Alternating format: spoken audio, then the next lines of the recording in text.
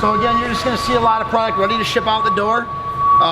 We're really starting to see some orders pick up now, and our inventory will start to, in January, February is what really starts to deplete. That's when the faucet gets turned on, people getting ready for spring. So what we call, there's always like one day where all of a sudden, boom, it flips a switch, and all of a sudden I got an order of 30,000 trimmers that's got to go out tomorrow, right? So the lesson learned is, I better have 30,000 trimmers when that switch hits, right? So that's really important. Well, that's like our industry too. Yeah. The calls come in. When are you gonna be here? Oh yeah. I want you here yesterday. Oh yeah, All come in at once. It's absolutely, it's not this, I'll be there in a couple weeks. It's, I need you here now. The grass is growing, or I got some cleanup. Yeah. So everything we do, we'll let this gentleman pass through. Everything we do is all electronic. If you look up, we scan long range serial numbers. We make sure that everything is in the correct row. So all the product in each one of these lanes is the same. We make sure that we FIFO, first in, first out, to make sure that we're not sending old product. We rotate our stock consistently to make sure that we get it. And we rotate it quick enough, like I said, 8 to 10 times a year, to the point where we're gonna move through it as well. So, all right, we'll keep walking.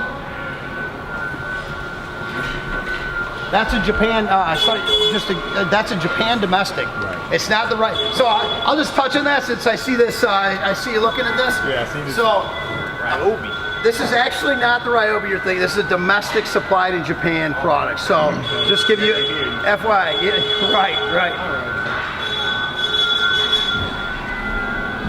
All right, so he's over here. Here's an interesting story. We're going to talk a lot about this on the operations side. One of the most interesting things that we have seen over the past 5 to 6 years, Japan's always been ahead of the game. You guys heard of Toyota production systems, all the things they do.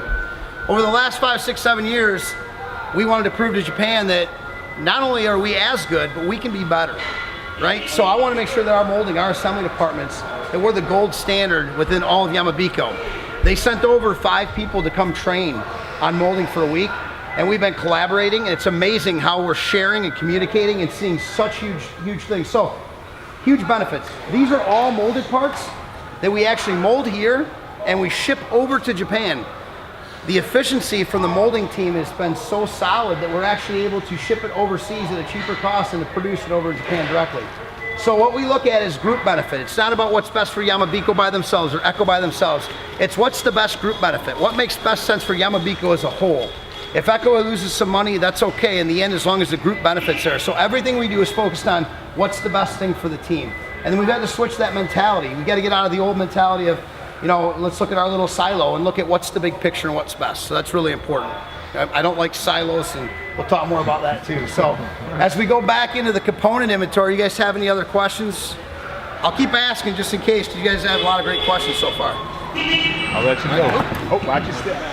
I'm gonna get wrapped. Safety first. Safety first. I'm gonna get pallet wrapped. My kids love riding. Like a good outfit. I won't say what really happens on these things. Oh, you guys, if that goes on YouTube, you know, I'm looking at it. It'll be there. It'll be there. Yeah, I'm sure of it. Nobody said nothing because we wanted to. Oh, that's hurtful. I love it. All right. Oh, you guys crack me up. You guys are a good group. All right, so we're going to walk through and we're going to head over to quality. But in the meantime, we've got flow racks that are really important. So flow racks give us good FIFO, right? You load from the back, you pick from the front. There's no way you can't have good FIFO. And I'm going to walk forward because I'm not tripping over another crack or something. So we got up here all these flow racks. It's got to be the same product in the lane, and making sure that we've got, you know, SRM 225 power heads, for instance. So I talked a little bit about level loading. What we do level load is SRM 225. We sell a lot, 450,000 of these a year we sell. So what we want to do is we want to build the power heads, because when I stock a power head, you're talking a small power head, right? Not a big shaft or a finished good. So I build these way ahead. So all I need to do when the orders come in is throw a shaft, a shield, a handle, and out the door package it. So it's these kind of strategies that keep us efficient and keep people working, so that I'm not, again, laying people off and hiring in the January, February timeframe. So you can see the efficiency. I can go 6 high here. These boxes can only stack 4 high. And by the way, in the summer, the boxes get very humid, and it's really easy for these boxes to just, you got it. They collapse, it creates issues. So we're trying to continually make sure that we can store things better, more effectively, and more efficiently. Are you climate controlled in this warehouse? We are not. This warehouse stays really cool, but we are climate controlled in the molding department. Yeah. And there's a good reason for that. The chiller water, the condensation on the molds, we'll talk a lot about that. Absolutely. And you know what? It's an investment, but we're actually going to be doing the assembly department down the road as well. Again, I go by investing in the people, right? It gets brutally hot in here. I used to do plastics. You know. You know. Absolutely. Talking about investment. Yeah. I used to work at GFS. Yes. Are you guys going LED lights? Or we talked about going to LED lights? Great question again. That was a huge company to stand for GFS. We did. So on the other side of the building, as you guys will see, we changed everything over the molding side, everything over the assembly side to LEDs. It's for a couple reasons, right? It's for energy usage, so it also impacts cost. Yeah. So overall, so far, we put meters on it because I never believe at face value anything anybody tells me until I see it. I believe in data and understanding what's really happening, right? So we put meters on it, and we look, it's about a $50,000 a year save by putting the LED lighting just for facility costs over assembly. So this area, it's going to be the same thing. Yeah. That's another great question. We want to be as green as possible, use as little energy as we can. We're going to walk over to QC. This is a receiving dock. We've actually made a lot of improvements here. So one of the most important things is that we maintain our quality for incoming. We've gone from 4,000 full inspections down to 280. So we've improved supplier quality. We receive over 1.5 million parts a day. I don't want to spend all day improving quality if we can do it on the front end with the suppliers. And we look at our suppliers and our customers as a partnership. It's not where I'm going to go to the supplier and say, you owe me this, you guys are failing miserably. It's a joint effort. How can we work together?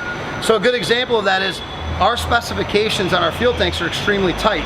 It's so tight that the capability can't be met by the blow molders. So we spend a lot of time working with Yamabico to relax those tolerances to within the capability study to still maintain a solid quality part. It's those kind of things that allow us to spend less time inspecting and more time looking at our current processes and how we can do things better. So we'll talk a lot about that as we go into the assembly area. So I want to walk you guys through here. I apologize, it's a little bit congested here. We're going to go over to the quality lab. We'll try and squeeze everybody into the lab as best as we can. And hopefully you guys have some other good questions.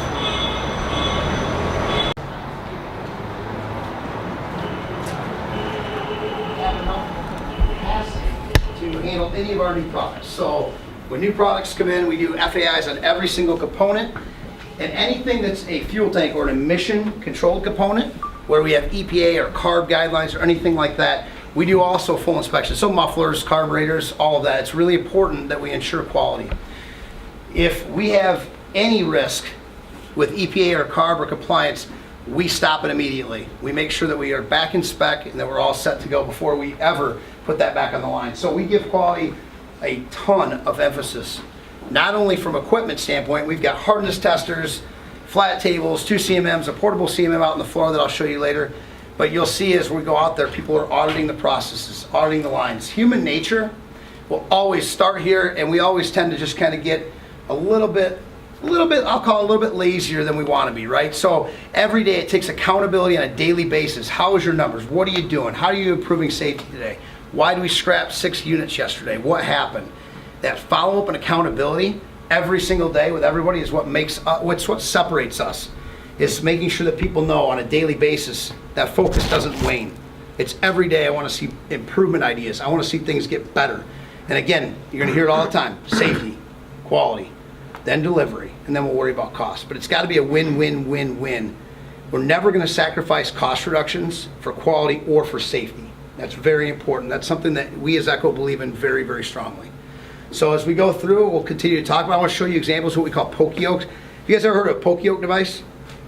So a poke yoke device is something that human errors, I make errors every day. So if I'm running the line, you don't want me running the line. If I'm running the line, you're probably not going to want to buy that product. But in general, a poke yoke device ensures no human error.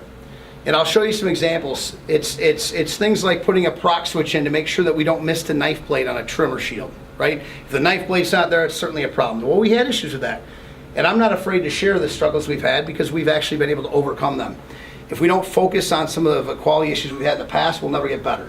So I'm going to show you guys really good examples. Yeah? Have y'all been... And we do make tweaks to them, specifically on edgers and trimmers. We're not working anything new, but the new products that are coming out, they're always got something better. We have better filtration. We have more, for instance, we've opened up the ports so that we have less chance to clog up the carburetor, right? And that's really important because debris can get in there, and if you have a small orifice, it's going to get dirty really quickly, and now you're going to have to maintain it. So those things, those I call them little, but they're not little in the field. So those things are important.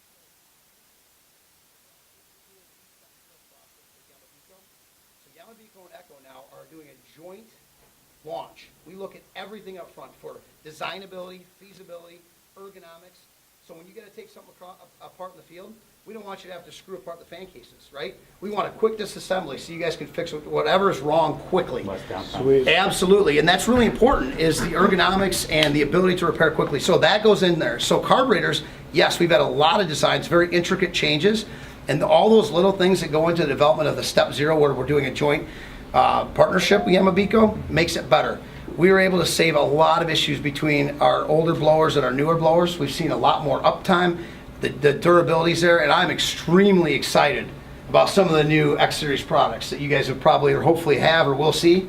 I'm really, really excited. I think you guys are going to find them to be very durable, high performance. It's the best stuff. In the 9 years I've been at Echo, it's the best product I've seen out there. And that's a testament to the YBK design team and to Echo working together. But it's a phenomenal product, and I can't wait. I don't know if you guys have done a demo or when you're scheduled to do a demo. Tomorrow? So I'm looking forward. I'd like to stop in and hear your feedback, right? And also hear your feedback on anything that we could do better. For instance, the carburetors, or if there's serviceability. I'm not saying I could change everything, but I'm always going to follow back with you guys, always. So if you got stuff, think about it. Let's talk about it. Yeah. I had a question on the accountability and the things earlier. Yeah. How do you keep up the accountability without coming across to your staff as overbearing or micromanaging? Oh, that's a great question. What's so important about that, and honestly, that's something, when I first started my career, it's not something I had yesterday. We're having a little bit of a difficult time with an automation project. I've had some people that are very upset. They feel like things aren't going great. So they email me saying, I feel like things are horrible. I don't even know if I can handle this anymore. And my comment back was, it's not the mistakes that define who we are. It's how we respond to those mistakes that will define us as people. So when we go through these difficult times, when we go through the difficult, where we have a delay in an automation project, it's not the delay. Yeah, the delay is terrible. And yeah, they know. Believe me, someone in this room knows right now that we're not happy about the delay. But you know what? In the end, we're going to stay positive.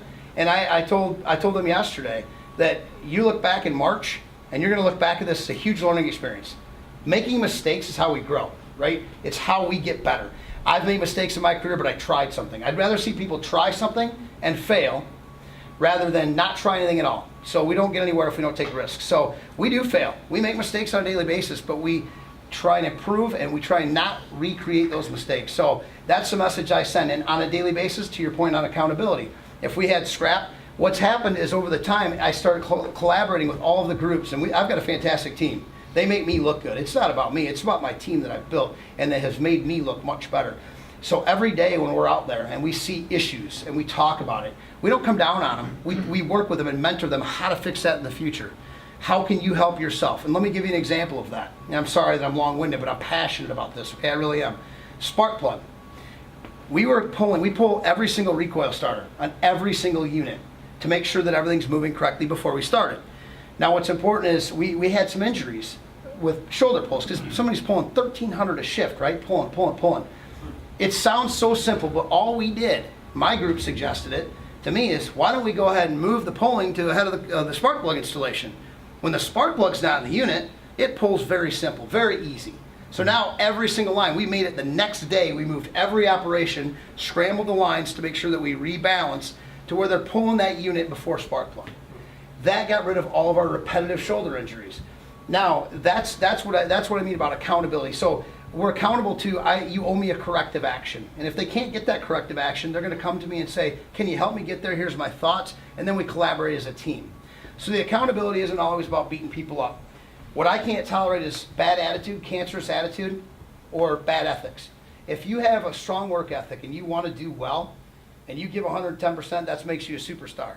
That 10% extra that everyone else gives you will separate you from everybody else, and you will go places every time. That's what I tell everybody, all my group. And I've got a lot of superstars on my team. I got people that are a lot smarter than I am, and they give 110%. And I hope they surpass me.